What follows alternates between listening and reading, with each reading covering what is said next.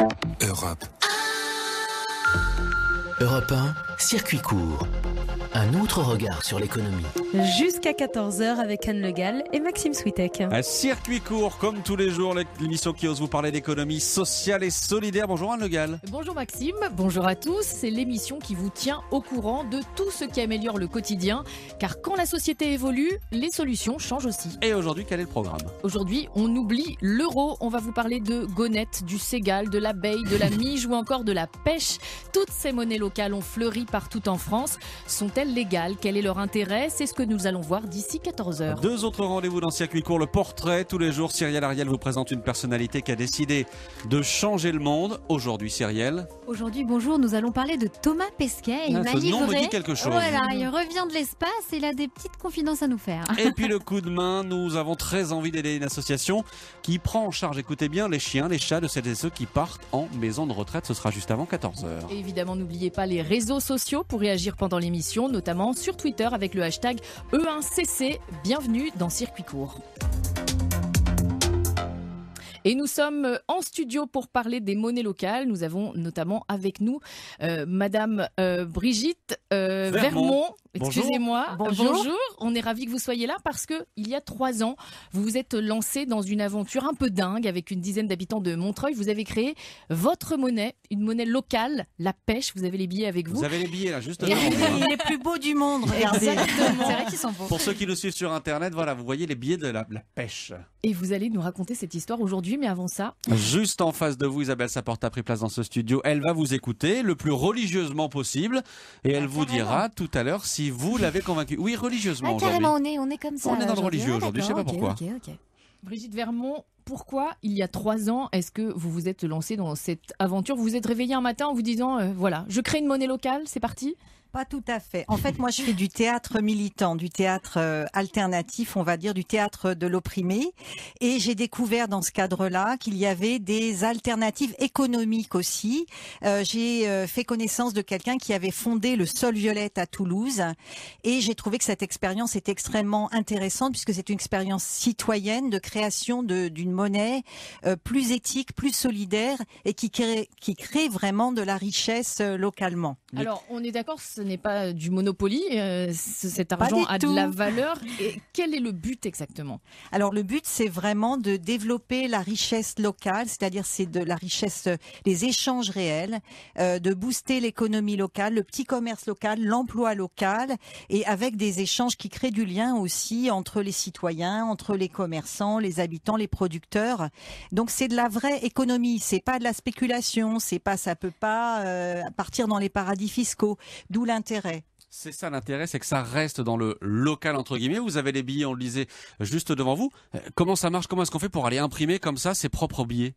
Alors, on n'a pas imprimé nos propres billets, on a imprimé des billets très sécurisés et en plus on a le droit de le faire puisque aujourd'hui, mais ça Christophe va vous en parler. On en parlera tout à l'heure avec voilà, aujourd'hui notre invité, légalement, les monnaies locales citoyennes sont reconnues, elles sont acceptées parce qu'elles ont un vrai intérêt de toute façon pour le développement économique réel et du coup, évidemment, ça demande une démarche citoyenne, une démarche collective. C'est pas quelqu'un qui va lancer sa monnaie locale tout seul, mais là on est parti avec des centaines de personnes qui étaient d'ores et déjà partie prenante de l'aventure. Et cette pêche, où est-ce qu'on peut l'utiliser, puisque c'est le nom de votre monnaie ? Oui, alors on peut l'utiliser dans pas mal de lieux de Paris, de Montreuil, de Bagnolet, du Pré-Saint-Gervais, bientôt de Maisons-Alfort. Enfin, il y a pas mal de villes en Île-de-France qui sont preneuses. Et nous avons créé un réseau francilien des projets de monnaie locale pour permettre à tout le monde de travailler avec nous, d'y réfléchir ensemble. Et encore une petite question concrète, combien vaut une pêche en euros ?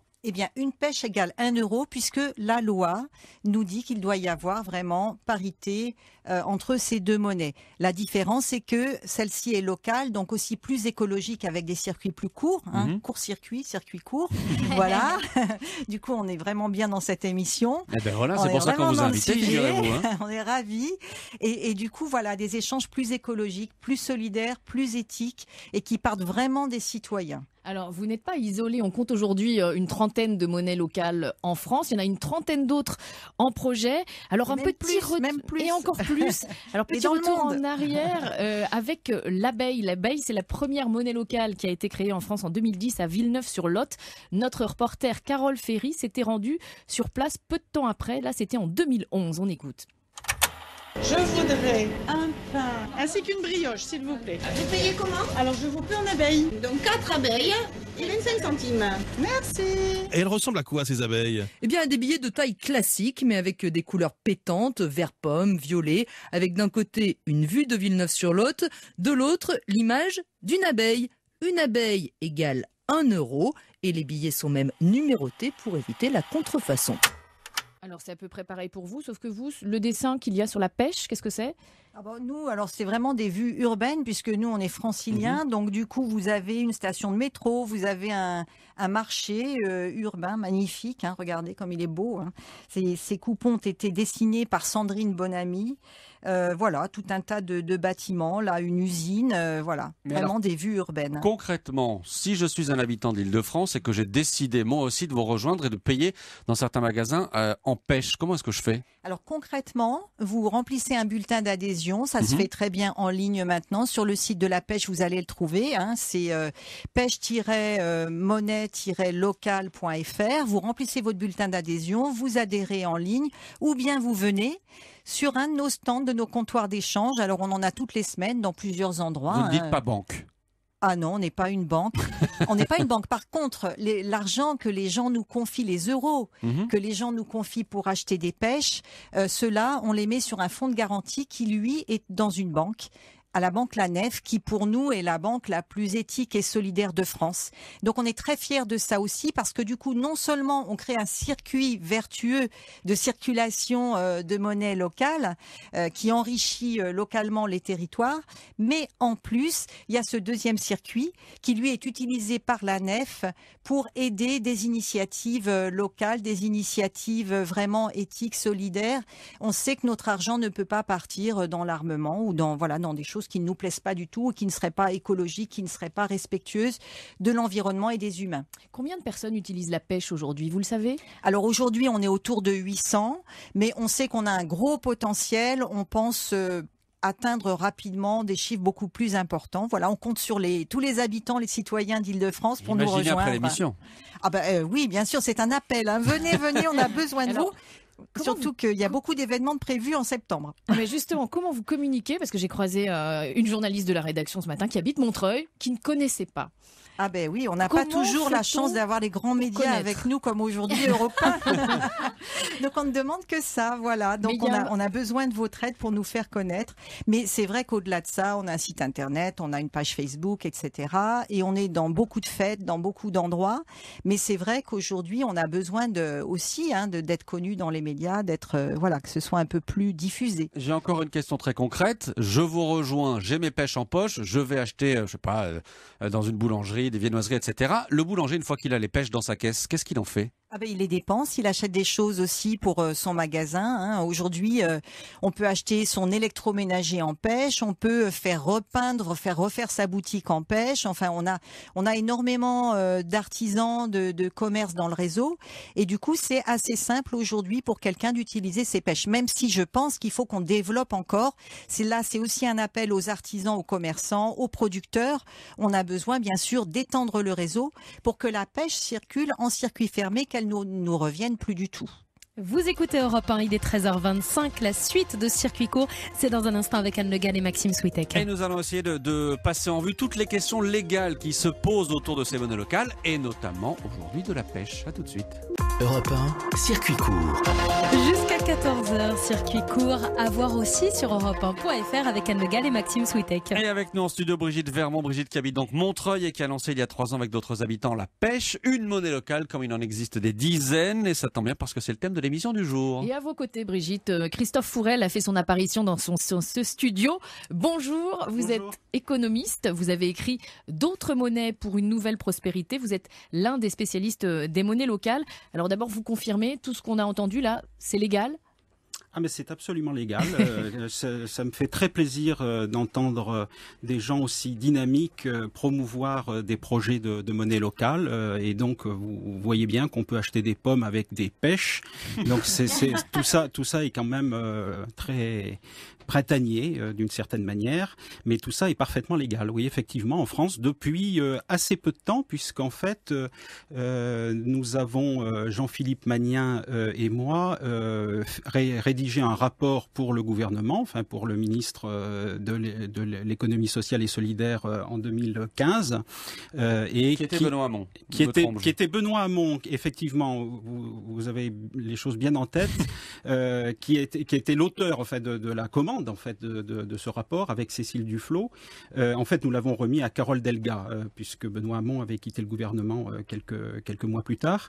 Mais en tout cas, dans le cadre de cette mission, nous avons obtenu la possibilité d'inscrire dans la loi, et la loi relative à l'économie sociale et solidaire, donc qui est parue en juillet 2014, la reconnaissance des monnaies locales comme titres de paiement, dès l'instant où ces titres de paiement sont émis par des structures de l'économie sociale et solidaire. C'est ça qui ancre véritablement ces projets dans l'économie sociale et solidaire. Alors pour avoir une idée encore plus précise de la façon dont ces monnaies circulent sur le terrain, nous nous rendons à Malétroit dans le Morbihan où vous vous trouvez. François Coulon, bonjour. Bonjour à tous. Alors là-bas, on peut faire, c'est ça, on peut faire ses courses non pas avec des pêches, mais avec des galets, François. C'est ça, Maxime, galet G-A-L-A-I-S, qui veut dire petit arbre en gallo, la langue de la Haute-Bretagne. Et ce petit arbre, eh bien, on le retrouve très joliment dessiné sur ces tout petits billets locaux qui vont de 1 à 50 galets, un galet valant 1 euro. Alors, cette monnaie circule sur une soixantaine de communes du secteur de Ploërmel, regroupant 80 000 habitants. Cédric André est l'un des cofondateurs du galet en 2015. C'est du vrai billet de banque? Alors, c'est du papier sécurisé, filigrané, ouais. On a l'impression qu'on peut le falsifier super facilement. Il y a des sécurités, je ne vous donnerai pas la liste, mais notamment des couleurs infotocopiables et puis des sécurités liées au papier lui-même. L'intérêt, c'est de redonner sens à notre économie en fait. L'euro, c'est facile, je le mets en banque, je m'en sers pour payer tout et n'importe quoi, tandis que là, ça m'oblige à avoir une réflexion. Et puis, comme on fait en sorte que les gens qui rentrent dans le galet respectent une certaine éthique sur l'environnement, sur la façon de traiter leurs salariés, on est dans un réseau de confiance, sans être non plus dans quelque chose de fermé. Alors, bilan, François, au bout de 2 ans, est-ce que ça marche le galet dans le pays de Ploërmel et Malétroit ?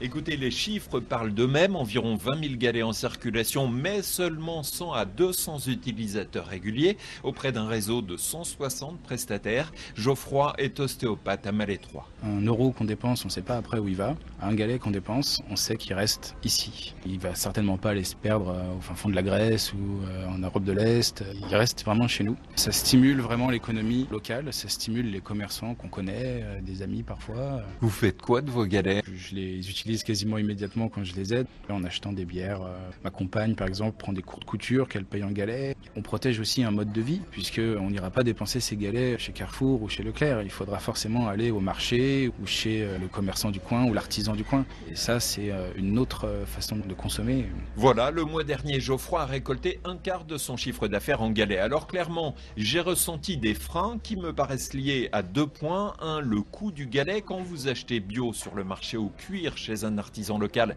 eh bien ce n'est évidemment pas le même tarif qu'en grande surface, ça peut refroidir. 2, la difficulté de compréhension de l'intérêt de cette monnaie. Il y a manifestement de ce côté-là un gros travail de pédagogie à faire. Alors quelques petits bémols quand même. Merci François Coulon pour ce reportage dans le Morbihan. Quelques petits bémols, qu'est-ce que vous répondez à ces bémols, Christophe Fourel ?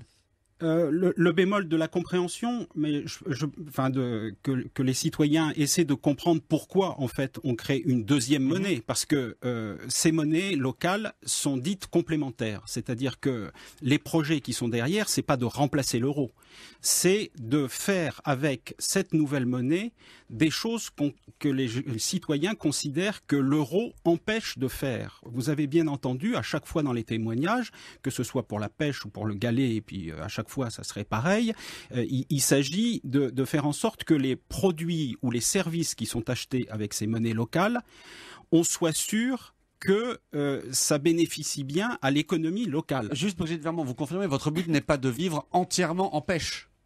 Enfin, moi, j'avoue que je dépense quand même quasiment uniquement des pêches. Ah mais, oui. mais voilà. Mais après, évidemment, je paye mes impôts en euros et voilà, et pas mal de choses. Mais c'est vrai que le but, c'est quand même de faire en sorte que voilà, mon argent fructifie surtout sur mon territoire. Ça me paraît essentiel. Alors une question pratique, ça veut dire que vous avez toujours des billets, du liquide sur vous, ou ça existe aussi en monnaie électronique, la pêche? Alors j'ai toujours du liquide, mais ceci dit, nos commerçants nous demandent aujourd'hui une pêche électronique. Donc on est en train d'y travailler, mais comme on fait partie d'un réseau national des monnaies locales citoyennes et qu'on ne travaille du coup pas tout seul dans notre coin, on est en train de réfléchir avec les copains. Il y a déjà des monnaies qui se sont lancées, par exemple le JCO, le Léman, le Sol Violette. Et donc on est en train de travailler avec eux pour voir quelle est la meilleure, le meilleur système de monnaie locale numérique. Et puis on rentrera aussi dans ce système avec eux. Christophe Fourel, je voulais redonner le titre de votre livre, D'autres monnaies pour une nouvelle prospérité. C'est intéressant. Est-ce que réellement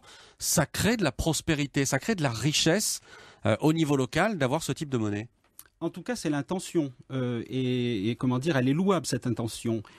Pour que les auditeurs comprennent bien, en fait, les prestataires ou les producteurs qui vont accepter le paiement en pêche ou en galet, en fait, ces producteurs ou ces prestataires de services ont été labellisés par le réseau. C'est-à-dire parce qu'ils répondent à des critères qui sont des critères de respect environnemental, d'utilisation des ressources locales, enfin tout un tas de critères que chaque réseau, chaque association peut formuler à sa façon. C'est l'aspect très démocratique en fait de la monnaie, font que de toute façon ils sont sûrs que l'utilisation d'un galet ou d'une pêche va bien irriguer l'économie locale. C'est ça le but. Et n'importe qui peut créer comme ça une monnaie complémentaire ? Oui, n'importe qui peut créer une monnaie complémentaire dès l'instant où elle est émise par une structure dont le statut juridique relève de l'économie sociale et solidaire, comme je le disais tout à l'heure. Enfin, non, en fait, ce que je dis n'est pas tout à fait exact. C'est-à-dire tout le monde peut le faire. Mais disons que pour avoir un cours un peu légal, il faut que ce soit fait dans les conditions que je viens d'indiquer. Donc respect d'une charte, par exemple, du commerce local. local. Voilà, c'est ça. Et qui s'assure de l'authenticité des billets? Parce qu'il peut y avoir de la fraude là aussi. C'est le groupe émetteur. C'est les émetteurs de la pêche. Et est-ce qu'on a déjà essayé de copier une pêche ? Alors en fait, les pêches sont infalsifiables. Tout à l'heure, le copain du galet le disait, c'est Geoffroy, je crois. Il y a beaucoup de sécurité sur son galet. Sur la pêche, il y en a énormément aussi. Et en plus, je ne sais pas s'ils ont fait ça sur le galet, mais nous, on a mis du braille en plus. Il y a des couleurs infalsifiables, il y a des hologrammes, il y a des microphrases derrière, il y a des couleurs fluo. Enfin, la pêche est infalsifiable. Et puis après, je pense vraiment que les faussaires auront plutôt tendance à falsifier des euros que des pêches. Voilà. Ouais. C'est une bonne remarque. Il est 13h36 sur Europe 1. Circuit court, c'est jusqu'à 14h avec Anne Le Gall et Maxime Switek. Avec le verdict dans un instant, le verdict d'Isabelle Saporta. A-t-elle été convaincue par toutes ces monnaies locales? À tout de suite. Europe 1, circuit court. Avec Maxime Switek et Anne Le Gall. Et aujourd'hui, nous nous penchons sur ces monnaies locales qui ont émergé partout en France avec en studio Brigitte Vermont qui a créé une monnaie locale à Montreuil, en Seine-Saint-Denis. Et Christophe, et en Ile-de-France. Et Christophe Fourel, économiste, spécialiste de ces monnaies locales. Deux invités qui attendent évidemment le verdict d'Isabelle Saporta. Isabelle, convaincue ou pas par ces monnaies locales et par nos invités? Alors, je suis convaincue par les deux et j'avoue que je trouve en plus cette idée d'avoir un outil girondin au pays du jacobinisme assez réjouissant. Brigitte Vermont, vous avez été géniale quand vous nous avez dit voilà, on peut consommer local, revivifier le tissu social, créer des emplois, on peut peindre en pêche, enfin demander à un artisan de repeindre chez vous en pêche, acheter l'électroménager en pêche. Et pour avoir lu votre rapport, Monsieur Fourel, je vois que vous aviez même incité certains maires à faire en sorte que les collectivités territoriales propose effectivement pour les cantines, pour les piscines, de payer en monnaie locale. Vous aviez pris l'exemple de Bristol en disant à partir du moment où le maire de Bristol a dit « je veux être payé en Bristol Pound », 10% en fait des échanges se sont faits effectivement là-dessus. Et j'ai vu un exemple également au Brésil pour une favela où on a en 15 ans réussi à faire passer la consommation à l'intérieur de la favela de 5 à 95%, créant 3600 emplois. Je pense que c'est quand même pas mal de se le dire. Voilà. Par ailleurs, Brigitte Vermont, vous m'avez aussi convaincue quand vous avez dit que c'était finalement une monnaie citoyenne, que vous aviez envie de vous réapproprier votre monnaie, de savoir à quoi elle servait. Et aussi, c'est une monnaie anti-crise parce que j'ai vu qu'en Grèce, on était passé de une seulement monnaie locale en 2008 à 70 en 2014. Donc voilà, en fait, les citoyens veulent savoir ils veulent pas que ce soit thésaurisé et on peut pas thésauriser la monnaie locale parce que ça on l'a pas dit non plus, c'est une monnaie fondante, c'est-à-dire que si on la dépense pas, elle perd de sa valeur. Alors ça dépend des monnaies. J'ai lu que ça dépendait des monnaies, notamment la pêche ne perd pas de valeur normalement. Voilà, la pêche n'est pas fondante. Ça a été un choix au départ. Maintenant, ça peut changer. Mais en tout cas, ce qu'on constate, c'est que la pêche tourne et elle tourne beaucoup plus vite que l'euro. On sait bien, on le voit, qu'en fait, ça booste vraiment les échanges. Juste la fonte, on l'explique, c'est en gros si vous achetez des pêches comme ça, que vous avez des billets de pêche dans votre portefeuille, que vous ne les utilisez pas, il y a certaines monnaies locales qui disent au bout de 6 mois, 1 an, elle perd 2-3% de sa valeur pour obliger les gens justement à faire circuler cette monnaie locale. Isabelle. Et oui, non mais c'est ça. Et puis alors moi, le dernier point, alors là c'était le petit bémol si je puis me permettre, Monsieur Fourel, c'est que quand même on est quand même le pays de Colbert encore et qu'on est quand même vachement en retard sur les monnaies locales. J'ai vu qu'on avait une dizaine d'années de retard par rapport à l'Allemagne. Je parle même pas de la Suisse où le WIR est utilisé par 60 000 PME donc, et qui fait quand même 2% du PIB. Donc on est un peu à la ramasse. Si je puis me permettre, juste une chose, le CESE, là, le Conseil économique, environnemental et social, se posait juste la question de savoir si c'était pas un moyen de défiscaliser la TVA. Est-ce que au lieu de taper tout de suite sur les bonnes initiatives, on peut être un peu positif de temps en temps? Christophe Fourel, on peut être positif de temps en temps? C'est le but de oui, en l'émission. tout cas, moi, j'essaie d'être positif par rapport à ces projets de monnaie locale parce que je pense qu'ils méritent qu'on leur porte une attention. Je crois que ces dispositifs portent véritablement des choses tout à fait intéressantes et exploratoires, en fait, d'une certaine manière, d'une nouvelle économie. Quand vous dites la France est en retard, c'est à la fois vrai et à la fois pas tout à fait vrai. Parce que effectivement, le boom des monnaies locales s'est développé à partir de 2010 à peu près, 2009-2010 en France, alors que effectivement dans d'autres pays européens c'était beaucoup plus tôt. En Allemagne c'était 2003 avec les Kim Goer. Mais la France est le seul pays qui a adopté une petite loi, un petit bout de loi qui permet de sécuriser un petit peu, y compris les collectivités locales. Et je trouve tout à fait bien que vous ayez cité l'exemple du Bristol Pound, parce que effectivement le maire de Bristol s'est distingué quand il a annoncé qu'il souhaitait que son indemnité de maire soit intégralement payée en Bristol Pound. Alors on a quelques remarques sur les réseaux sociaux, notamment sur Twitter avec le hashtag 1 midi. Et une remarque à laquelle vous allez peut-être répondre, Brigitte Vermont. Maximilien nous dit, c'est le retour en arrière, l'unité de la nation passe par l'unité de sa monnaie, c'est du boboïsme. Les monnaies locales, c'est du boboïsme. Non, c'est super concret. Alors, on peut pas dire que ce soit du boboïsme parce qu'il s'agit vraiment de remonter l'économie locale. Donc ça, c'est vraiment du super concret. Après, qu'est-ce qu'il disait avant? Il disait l'unité de la nation passe par l'unité de sa monnaie. Ah oui, mais comme on est un réseau, de toute façon, on travaille tous ensemble. Il y a une unité. L'unité, elle doit être justement, si c'est l'unité de la nation dont il s'agit, si on veut remonter un petit peu l'économie française, il faudrait peut-être réfléchir à développer ce genre d'initiative. Mais Christophe Fourel, est-ce que vous faites le parallèle entre le développement éventuel des monnaies locales et la défiance vis-à-vis de l'euro? Écoutez, on peut le faire, oui, parce que effectivement, on voit bien que ces initiatives ont été prises dans la mesure où on considérait quand même qu'il y avait une démesure de l'économie spéculative au détriment de l'économie réelle. Et donc les citoyens se sont dit, on va se réapproprier la monnaie. C'est quand même ça le message principal. Mais encore une fois, je le répète, il ne s'agit pas de remplacer l'euro, il s'agit de le compléter. Il s'agit de le compléter avec des monnaies qui permettent de faire ce que l'euro ne fait pas. C'est ça. Il faut bien comprendre que c'est dans ces termes que ça se pose. Et Brigitte Vermont, est-ce que vous avez des outils de mesure de l'effet de la pêche sur le tissu local? Vous avez des enquêtes? Vous avez des chiffres?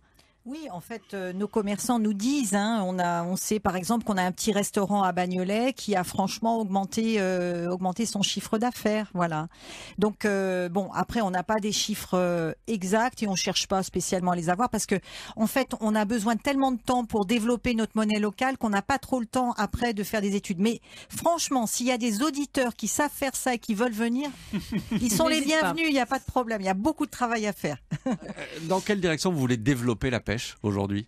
Déjà, on voudrait qu'elle soit plus connue parce que comme vous le disiez tout à l'heure, tout le monde ne la connaît pas. Donc c'est important que tous les Franciliens sachent que ça existe pour qu'ils aient le choix de l'utiliser ou pas. Ça paraît essentiel.